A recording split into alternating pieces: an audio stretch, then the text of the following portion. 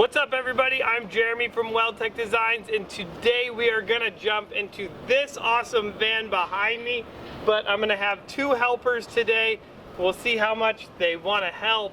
The first helper is the newest addition to the Johnson household, and this is Ford. So, I mean, how relevant to show you Ford when we're gonna show a Chevy, you know? And then this is Kylie.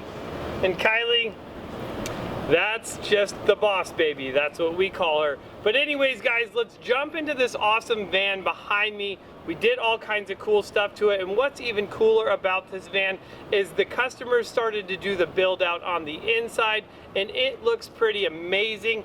Let's go have some fun taking a look at this van. Alright guys, so the first thing we're going to start off with on this is this 305 Envy, and this Envy is wrapped in a 285/70/17 tire. Now this is awesome, and I know that a lot of you guys want to run this size tire on your van. I'm going to show you what we did, but more importantly, I want to show you some of the ways that you may need to do some trimming in order to get this giant tire in there, and that's going to be with this. You can see we have the mini fender, and if you don't want to run the mini fender on yours, you can actually trim your fender back right here in order to get that to clear all the way. You'll also notice as we look inside this wheel well that we have pulled the sheet metal back, and I will tell you one other thing that I'm always a fan of doing, and that's cutting back the body mount in there as well. So if you're going to do it, these are all the things that I recommend.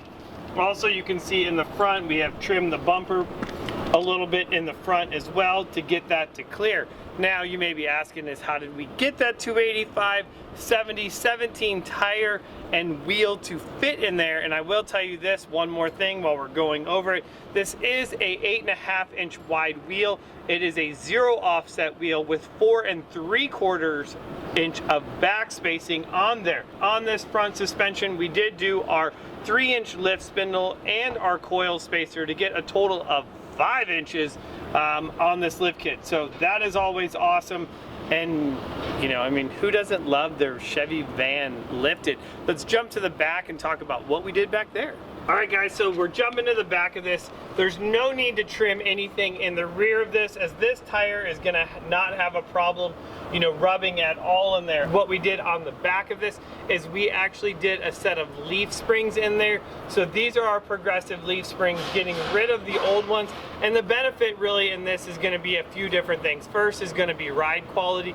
We're really gonna like how it rides. We're running a thinner leaf spring, but more of them to make that ride just a lot more plush if it is a passenger for your passenger van.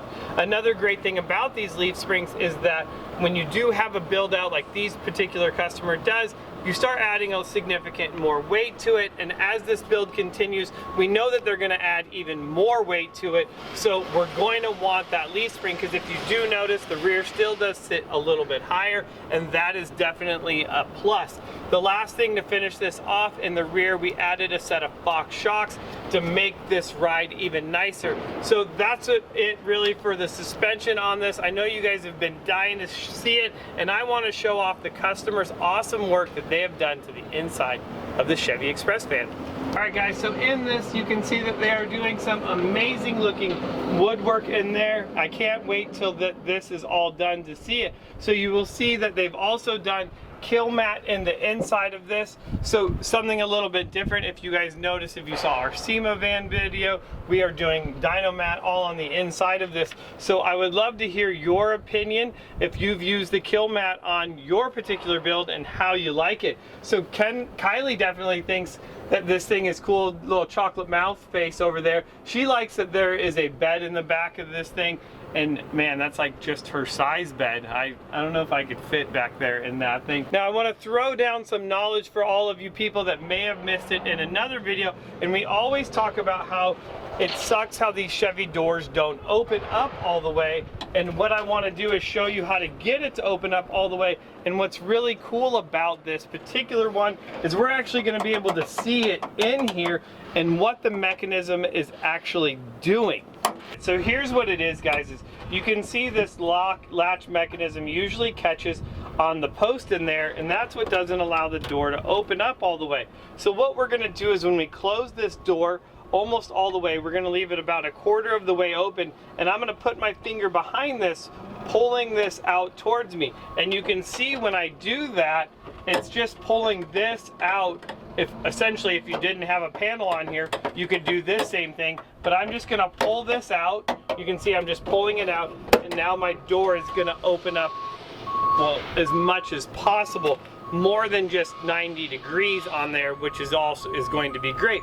And now what's awesome is you can do that on both of these doors to get them to open up all the way.